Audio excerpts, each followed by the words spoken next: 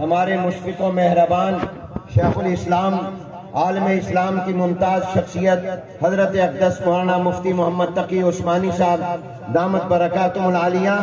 جن کا ایک ایک منٹ سونے اور چاندی سے زیادہ قیمتی ہے، میں حضرت کا شکر گزار ہوں کہ انہوں نے درخواست قبول فرمائی اور وہ ابھی آپ سے انشاءاللہ مخاطب ہو رہے ہیں۔ آپ حضرات اطمینان سے توجہ سے حضرت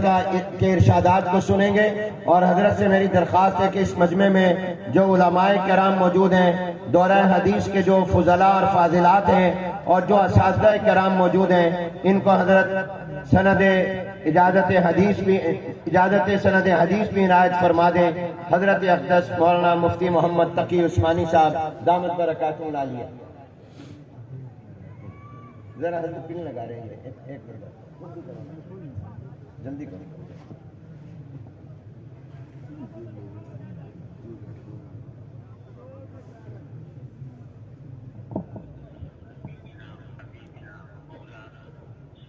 محمد خاتم النبیین و امام المرسلین وعلى آلہ واصحابہ اجمعین وعلى كل من تبعهم بإحسان إلى يوم الدین۔ اما بعد، حضرات علماء کرام، میرے عزیز طالب علم ساتھیوں اور معزز حاضرین، السلام علیکم ورحمۃ اللہ تعالی وبرکاتہ۔ وعلیکم السلام ورحمۃ اللہ وبرکاتہ۔ اس وقت میں آپ حضرات سے خود حاضر ہونے کے بجائے ٹیلی فون پر گفتگو کرنے پر مجبور ہوا ہوں۔ خیر المدارس ہمارے ان عظیم جامعات میں سے ہے جو ہمارے انتہائی مکرم بزرگ حضرت مولانا خیر محمد صاحب جالندھری قدس اللہ تعالی سرہ کی یادگار ہے، اور ان کے انفاس طیبہ کے مہک اس کے در و دیوار میں محسوس ہوتی ہے۔ اس کے سالانہ اجتماعات میں اکثر بلکہ شاید ہمیشہ شریک ہوتا ہوں اور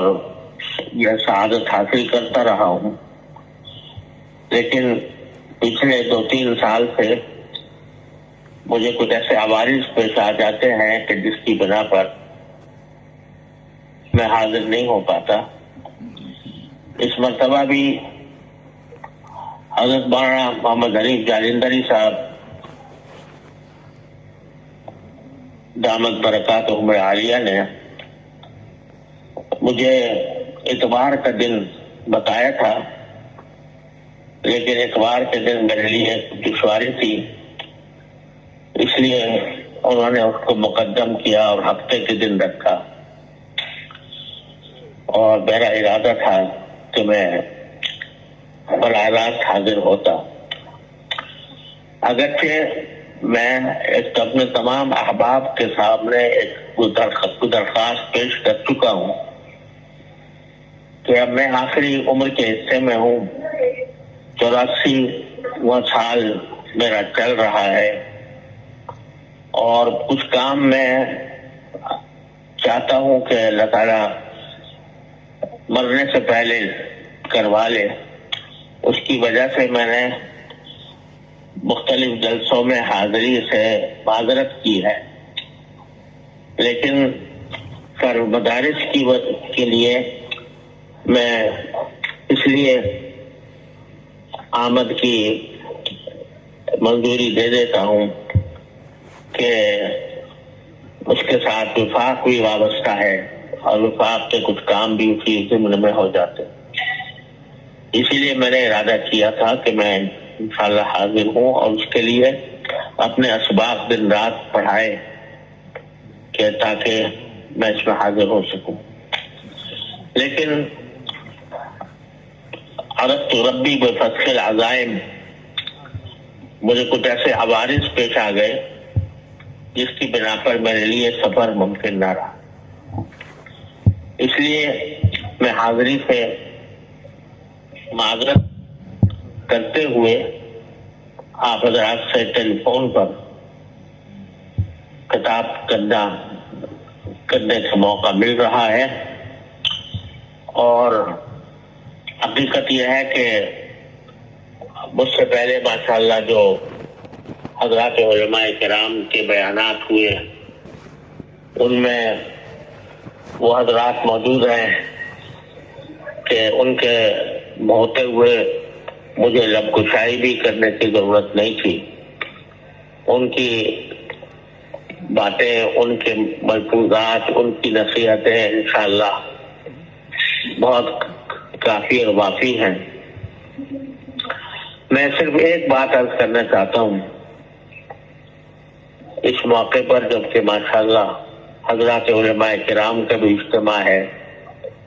اور عام مسلمانوں کا بھی ہے،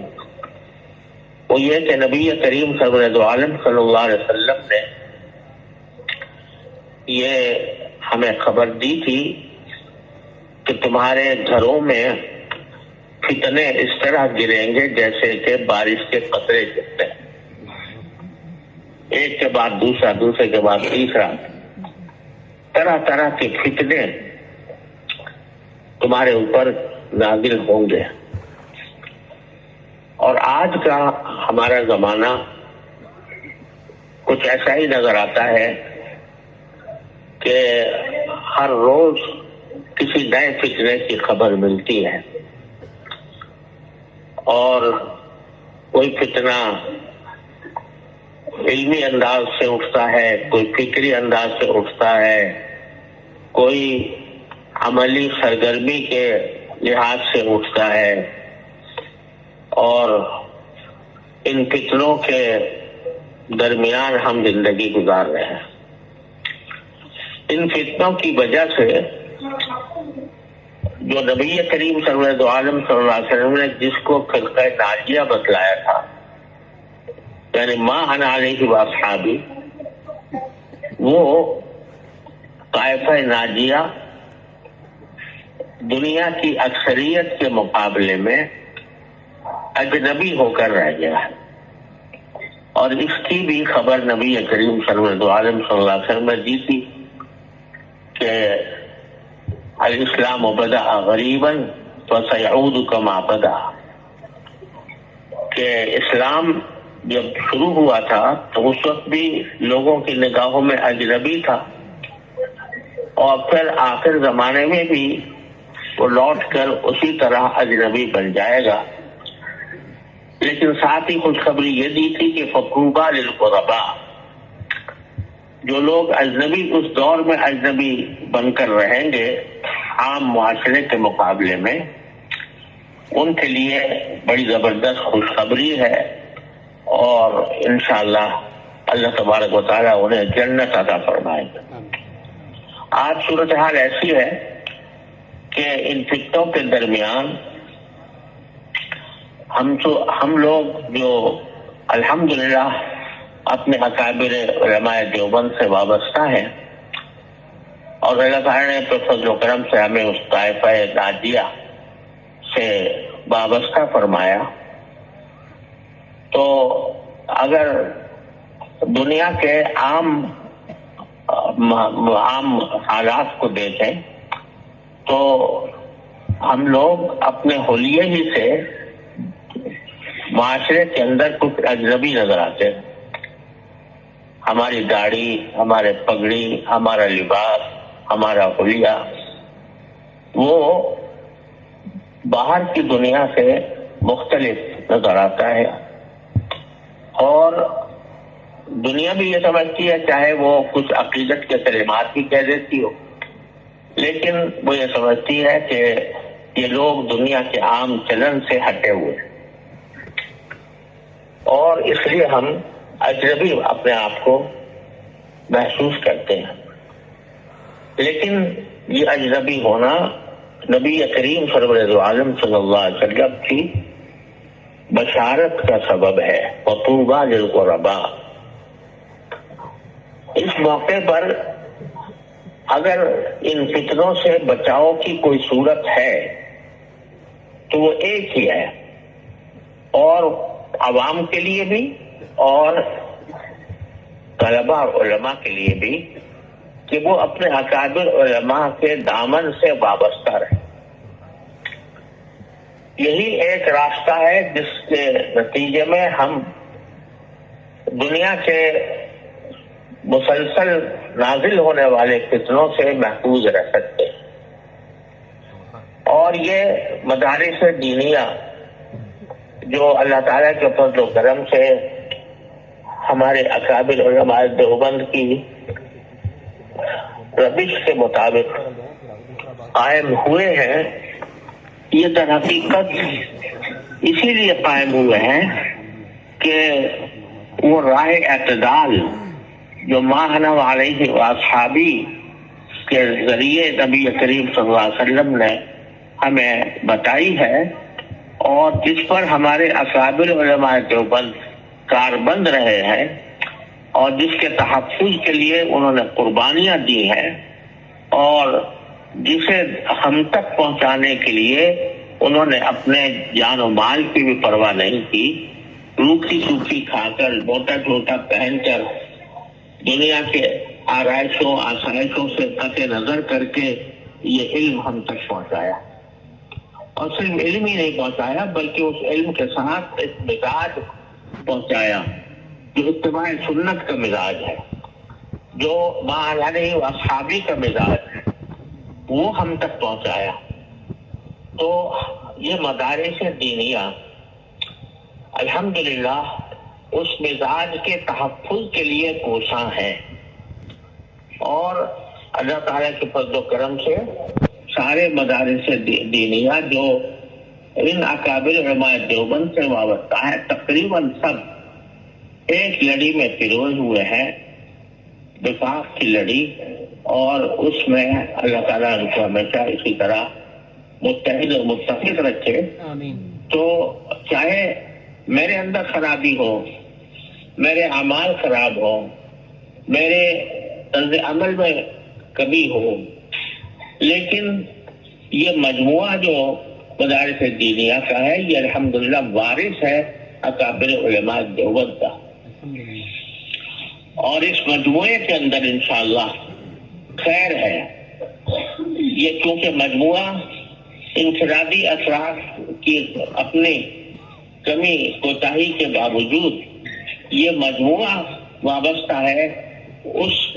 شجر بہار سے جو جس کے نیچے حضرت مولانا محمد قاسم نانوتوی رحمۃ اللہ علیہ نے دارالعلوم دیوبند کی بنیاد رکھی تھی، اور صرف ایک استاد اور ایک شاگرد سے بنیاد رکھی تھی جن میں دونوں کا نام محمود تھا۔ وہ مزاج، وہ مذاق، وہ اعتدال، وہ اتباع سنت، وہ اصحاب کرام کے طریقے پر چلنے کی روش جو ان حضرات نے ڈالی تھی، یہ مدارس دینیہ اپنی اجتماعی حیثیت میں اللہ تعالیٰ کے فضل و کرم سے اس کے حامل اور داعی ہے۔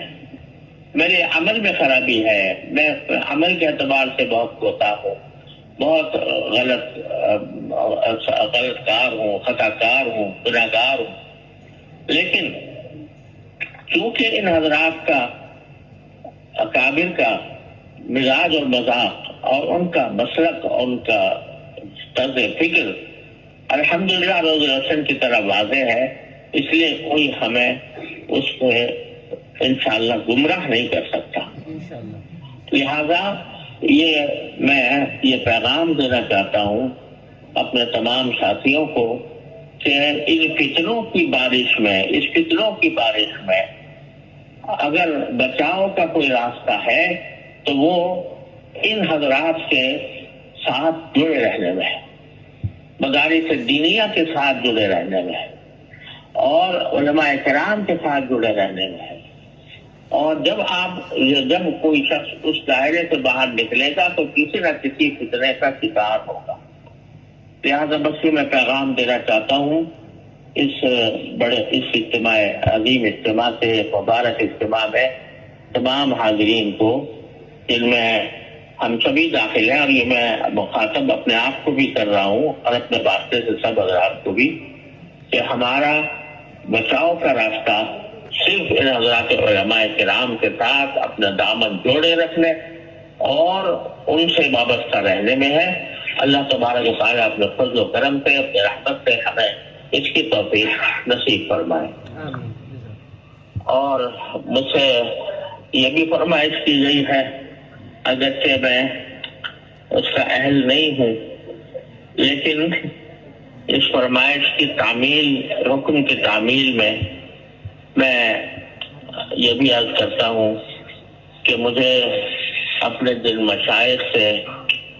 روایت حدیث کی اجازت حاصل ہے، وہ چاہے مشائخ بر صغیر کے ہوں یا بلاد عربیہ کے، ان سے مجھے جو اسانید حاصل ہیں، میں ان تمام مرویات کی آپ حضرات علماء کرام اور طلباء کرام کو اجازت دیتا ہوں۔ اللہ تبارک و تعالیٰ اپنے فضل و کرم سے اس کو قبول فرمائے